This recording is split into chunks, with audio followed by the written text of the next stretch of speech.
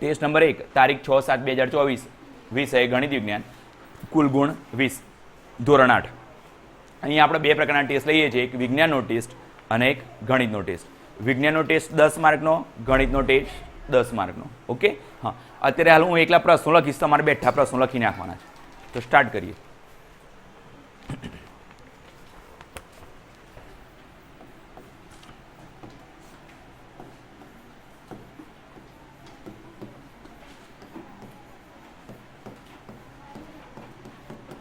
પ્રકરણ 1 ઉપર જ આધારિત છે બંને ટેસ્ટ તમારે બેઠું ઉતારવાનું છે ખાલી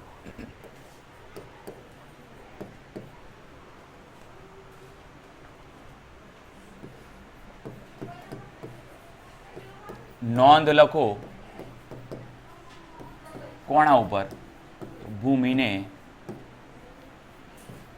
તૈયાર કરવી હવે બેટા આ પ્રશ્ન છે ને 3 માર્કનો છે નોંધ લખો આવો શબ્દ આવે ને એટલે સમજી લેવાનું કે વિસ્તૃત પ્રશ્ન થયો મોટો પ્રશ્ન થયો ઓકે તો આખી એના પર નોંધ લખવાની છે 3 માર્કનો છે એટલે એનો મતલબ એમ થયો કે તમારા જે જવાબ છે બેટા એ 6 થી 7 લીટીઓની ઉપર હોવો જોઈએ ઓછામાં ઓછી 6-7 લીટીઓ તો ખરી જ એનાથી વધારે ભરાય તો સારું ઓકે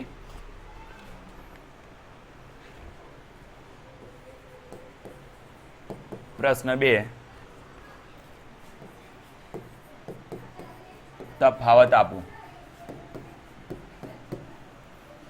આ પણ બેટા 3 ગુણનું છે એટલે બંને બાજુ 3 મુદ્દા થવા જોઈએ 3 બાજુ આ બાજુ અને 3 બાજુ આ બાજુ ઓછામાં ઓછા 3 મુદ્દા કયો તફાવત બેટા તો ખરીફ પાક અને રવિ પાક હવે તમને ખબર બેટા તફાવત કઈ રીતના આપણે લખીએ છીએ યાદ છે ને ઓકે પ્રશ્ન 3 એક વાક્યમાં જવાબ આપો ટોટલ 4 પ્રશ્નો બેટા દરેક પ્રશ્નનો 1 ગુણ 4 પ્રશ્નોના 4 ગુણ ઓકે એક વાક્યમાં જ આપવાનો છે બહુ 2 વાક્યો થવા જોઈએ એનાથી વધવા જોઈએ નહીં સરસ સરસ છે ખેત પદ્ધતિ સોરી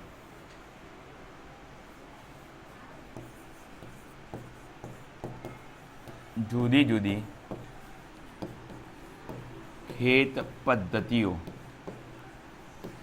ના નામ લખો ઓકે બેટા ભૂરો ખાસી ભૂરો હા ભૂરો ખાસીની લસણ ઓકે ખાલી નામ જ લખવાના છે ભાઈ એના વિશે લખવાનું ખાલી નામ જ એમ મસ્ત પ્રશ્ન છે બેટા ખેડાણ એટલે શું ખેડાણ કરવા કયા ચલો કરવા વપરાતા કોઈ પણ 2 ખેત ઓજારો જણાવો ખાલી 2 જ જણાવવાના તમારે વ્યાખ્યા લખવાની છે ખેડાણની અને કોઈ બી 2 ખેત ઓજારો જણાવવાના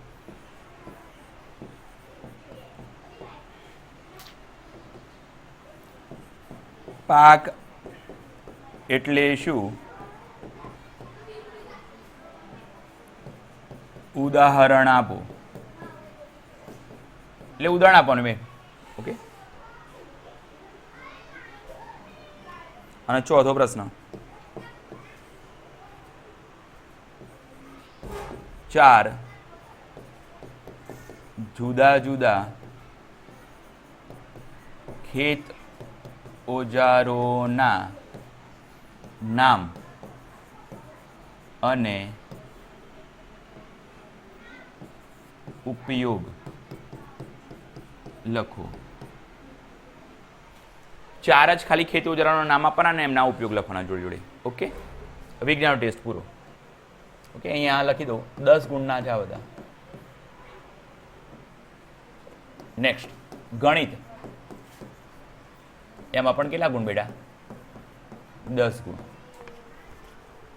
મસ્ત છે ગણિતમાં પણ તમને મજા આવશે દાખલા નંબર 1 ધન ઋણ અને શું લખે કહો હવે? શૂન્ય સમમેય સંખ્યાના, આજે તમે બોલે ને અનુમાન લગાવ્યું, તમે શું લગાવ્યું? અનુમાન. અને 100% અનુમાન લગાવ્યું. આ કેટલા ટકા? 100% સાચું એમ. એટલે ભણતરનો આ ફાયદો. ધન, ઋણ અને શૂન્ય સમમેય સંખ્યાના બે ઉદાહરણો લખો. એટલે ખબર પડી બેટા પ્રશ્નમાં કે ના પડી? પેલા મને કહો દો.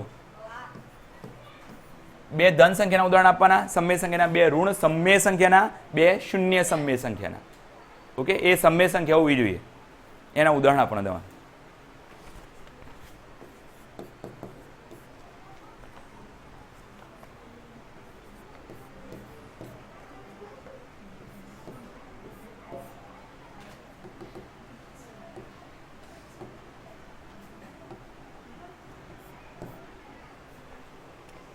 ત્રણ ભાગ્યા 7 વત્તા -5/28 ની કિંમત શોધો. ઓકે, આ પણ 2 ગુણનો મસ્ત દાખલા છે. લખતા રહેજો જોડે જોડે. 11/13 વત્તા -8/13 -2/13 ની કિંમત શોધો. આ પણ 2 ગુણનો.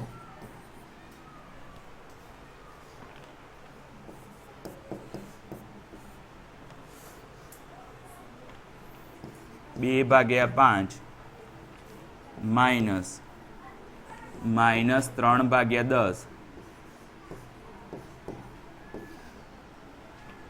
વત્તા 2/12 ની કિંમત શોધો. આ પણ 2 ગુણનો. ઓકે, એટલે 8 ગુણ થયા. 2 જ મિનિટ. દાખલા નંબર 5. એમાં એ 7/13 ઓછા 2/13 ની કિંમત શોધો. બી 11/12 વત્તા -3/18 ની કિંમત ગણો. ઓકે, આ 2 દાખલા બેટા 1 માર્કના છે. એ ટોટલ 2 માર્ક આપણને થઈ ગયા.